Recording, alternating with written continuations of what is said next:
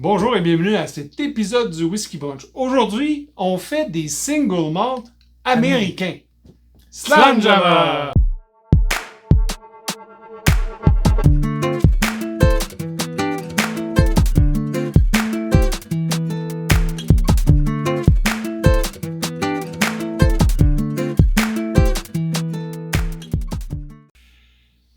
Salut amis du Whisky Brunch, salut Martin! Salut Alain! Alors, bienvenue, merci d'être là encore une fois. Si c'est quelque chose qui vous intéresse, laissez-nous un pouce en l'air, un commentaire, abonnez-vous!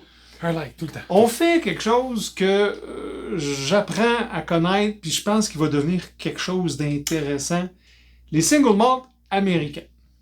C'est pas un bourbon. Non, c'est pas un bourbon.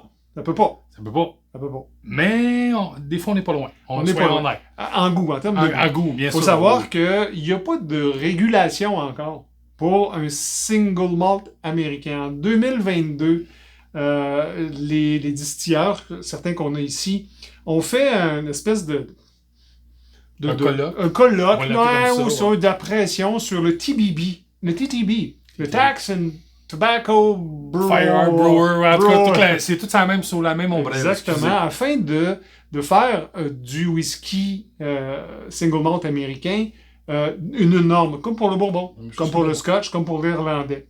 Dans le fond, ce qu'il dit, c'est que ça doit être fait 100% d'orge maltée, pas le choix, complètement distillé à 100% mash, distillé, etc. aux États-Unis, et maturé ou finish dans des fûts de chêne. Mais pas besoin d'être Virgin Oak. Pas besoin d'être Virgin Oak. Pas d'age statement. Pas d'age statement. Exactement. Il n'y a pas d'âge minimal, maximal de vieillissement. Effectivement. Ils ont même le droit d'ajouter du colorant et des saveurs ou ce qu'ils veulent. Puis, les ingrédients peuvent venir de n'importe où. Oui, exact. Ça peut être du malt qui vient d'Écosse, comme on va trouver là. Donc, c'est quelque chose de super intéressant. Puis je pense vraiment, Martin, que ça va être un trend dans les prochaines années. Là. Pas parce que le bourbon marche pas, mais je pense qu'il y a un nouveau créneau, il y a un nouveau marché. Ben, soyons honnêtes. Je pense que les bourbons, on a parlé souvent à MGP, ça devient... C'est très saturé. Écoutez, je reviens d'un petit séjour aux US, puis j'ai vu des bourbons que je faisais comme, oh mon Dieu, je ne comprends pas pourquoi on fait un bourbon à la mangue ou au cookie dough. Dans le sens qu'on ne sait plus vers quoi se diriger. Oh, mais ils font un Jameson à l'orange. Ils font juste le US aussi. Oui, effectivement. Puis, je pense que le single malt américain va devenir le « Hey, on n'est pas en mesure de faire du scotch, mais on est capable de faire de quoi de bien. » Exact. Puis d'aller compétitionner avec... Parce que aller aux États-Unis, les Japonais ont la cote. Absolument. Donc, je pense que c'est une réponse un peu là, à tout ça. Donc, on va vous présenter 4 produits qu'on a eu la chance d'avoir. Évidemment, c'est pas à la SAQ. Le seul proche que j'ai eu à la SAQ, c'est le Michter's American Whiskey. Oui. Qui est pas un single malt. Mais qui est pas un single malt. Parce que c'est un bourbon qui a vieilli, mais pas dans du Virgin Oak. Voyez-vous comment c'est compliqué là, de dire un American Whiskey dans ces normes-là. Donc, on va vous en présenter 4. Martin, tu nous présentes ton premier whisky. Je vous présente le Yellowstone et à ne pas confondre avec la série. Je vais juste le dire immédiatement. Yellowstone est fait par Limestone Branch Distillery, qui est une distillerie au Kentucky. C'est quand même intéressant parce qu'ils font un gin, ils font un bourbon, Yellowstone aussi bourbon, ils font leur single malt.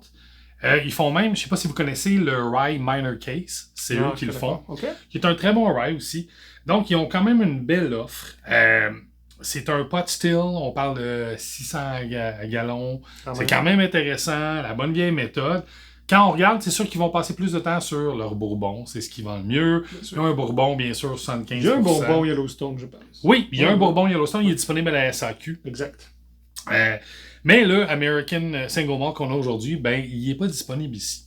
Alain, je pense que c'est ça que tu as dans ton verre. On parle d'un ABV de 54%. Le prix, écoutez, si je le convertis un peu en canadien, on va y rechercher autour de 105-110$ quand même. Quand même. Mais j'ai quand même aimé ça. Au nez, pour moi, c'est la céréale. On retrouve le malt.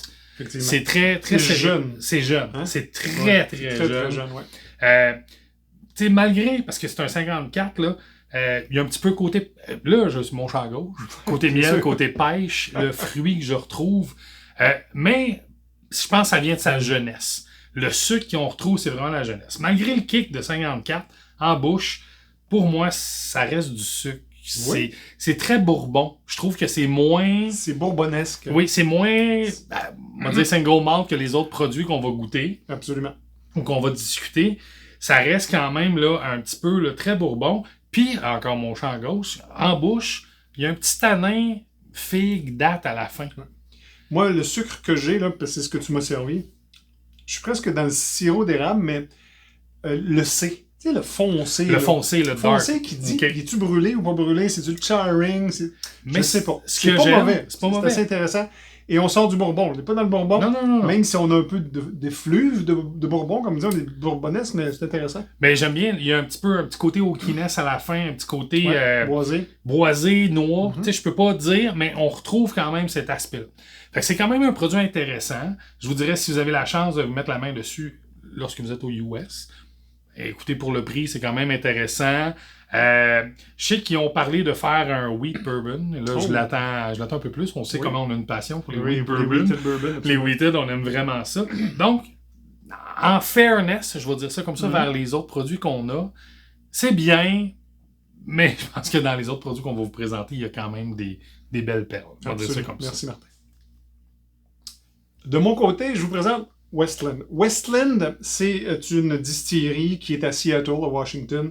Ils sont vraiment renommés pour faire des choses assez funky. La série Gariana, je pense qu'on en a déjà parlé dans une capsule. C'est des artisans. C'est des artisans. Ils vont chercher des barils d'un chêne qui ne pousse que là-bas, dans l'Oregon, dans le Washington, qu'importe. Ils ont fait la série Legacy, si je me trompe pas. Je veux juste m'assurer. Héritage, pardon. Héritage, qui est celle-là. Et ils ne les font plus. Il y avait un sherry, il y avait un peated, puis un whisky. Ils vont se concentrer beaucoup plus sur l'Outpost range, qui est des Gariana avec, comme je disais, les barils. La 7e vient de sortir, je pense. C'est quand même des whisky onéreux autour de 200 $, là. Gariana, mais c'est vraiment... C'est ça que j'allais dire. Ça le vaut, par exemple. Ça le vaut vraiment beaucoup. C'est une distillerie qui a ouverte en 2010, quand même. C'est pas si longtemps que ça. Et ils font vraiment de l'American single malt. Ils n'ont pas de bourbon, si je ne me trompe pas. Là, je suis allé voir sur leur site. Ils n'ont pas de bourbon. C'est un des premiers pionniers, qui fait que du single. Qui fait ça, exactement.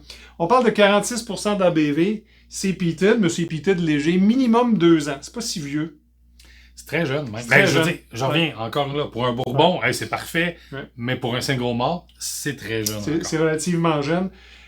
Au moment où j'ai acquis cette bouteille-là, c'était autour de 120 $ à la SAQ. C'était à la SAQ. Ça, je pense que c'est à la SAQ. C'est peut-être pas la SAQ, c'est peut-être ROC. ROC. J'ai un doute. Le Gariana, je sais qu'il vient de la SAQ. J'allais dire, le Gariana, il vient de dire SAQ, mais ROC. On va trouver là-dedans beaucoup d'orange et de citron avec juste un petit peu de fumée. Au nez, là, c'est vraiment intéressant. C'est un peat très, très, très doux. On a un peu de malt, on goûte le malt en bouche. Le palais, c'est vraiment, vraiment fruité. C'est jeune, okay? Mais c'est excellent. Pour un peated, là, je dois vous avouer que c'est impressionnant. On n'est pas à Herbert. Mais c'est ça, j'allais dire, je reviens. Il faut comprendre que chez les Américains moyens, je dis ça comme ça, le peated, c'est très, très léger. On est loin des Ardbeg, on est loin... des Lagavulins ou des Lafrogue, là, exact. On va pas chercher dans ce peat-là. Ce qu'ils ont fait, ils ont pris leur malt puis ils ont inclus du malt peated. Tout simplement. C'est pas un fût qui a été cisaonné. Comme des fois on voit d'autres choses. C'est vraiment de l'orge malté, mais qui a été tourbé auparavant. C'est quand même un bon produit. Si jamais vous en trouvez, un peu comme le Yellowstone, c'est peut-être pas facile à trouver, mais cette série-là n'existera plus. Quand il y en a peu, il n'y en a plus. Celui-là, le Sherry et le American Whiskey. Ton deuxième produit, Martin, qu'est-ce que tu nous présentes? Je vais vous présenter le Hill Rock. Oh yes, ça c'est bon. Hill Rock, écoutez, c'est un single malt whisky. Hill Rock, ils ont 3 produits. Pas compliqué. Ils font un single malt whisky. Ils font je vais l'appeler un whisky qui est rye. Puis un autre qui est bourbon, mais vieilli dans des fûts de Solera. Donc, on reste dans les whiskies de base. C'est une distillerie qui est à Arkham, à New York.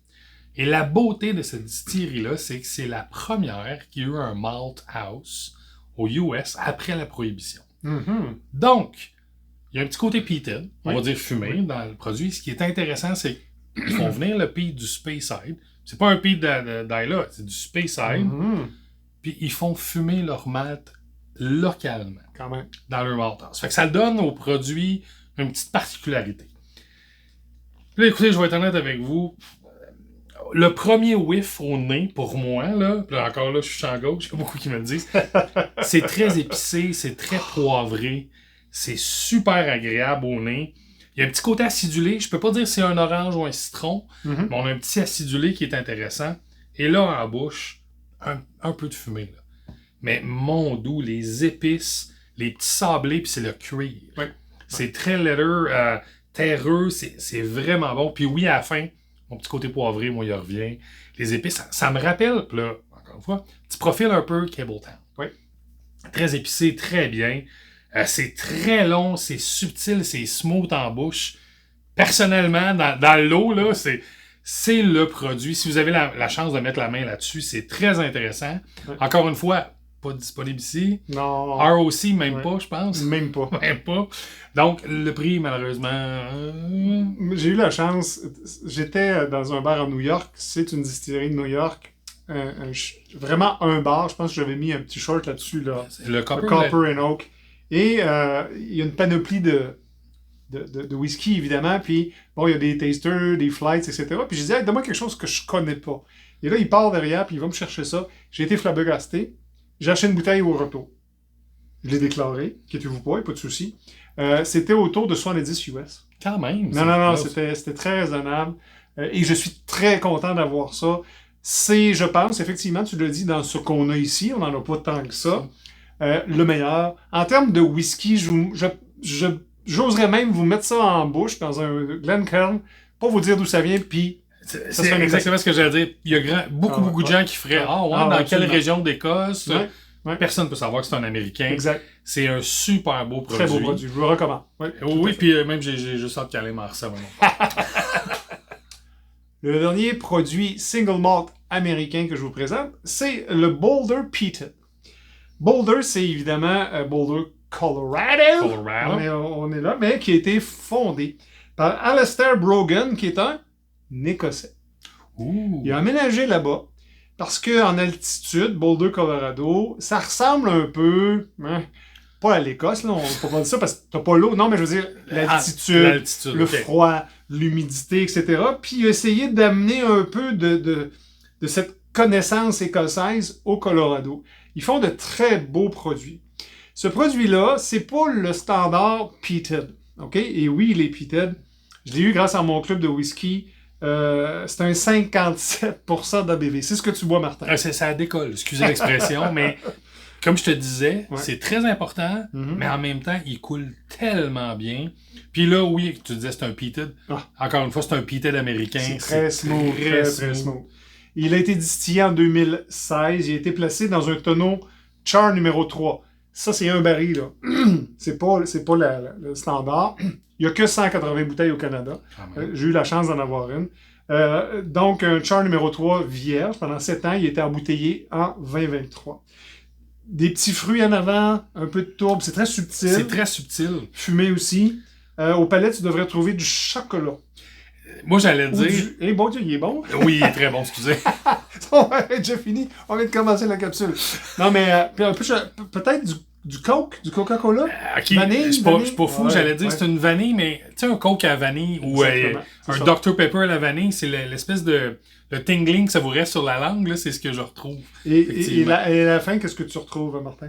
Je le trouve très, je veux dire, long et court en même temps, dans le sens que vous avez un bel incandescence, puis il tombe vite. Mais pour moi, c'est un sucre, c'est miel, c'est doux. Ouais. C'est terreux. Est-ce que tu vois earthiness un peu? Non, pas tant? Pas tant. Je te dirais, je comprends ce que tu veux dire, mais il est quand même très subtil. Je trouve que, pour moi, la fumée en fin est plus importante que au début de la gorge. Au début, ça se peut. Mais il y a l'âge aussi, le charring. Je pense que ça fait quelque chose qui est assez goûteux. Moi, j'aime beaucoup ça. À 57, t'en prends pas 2.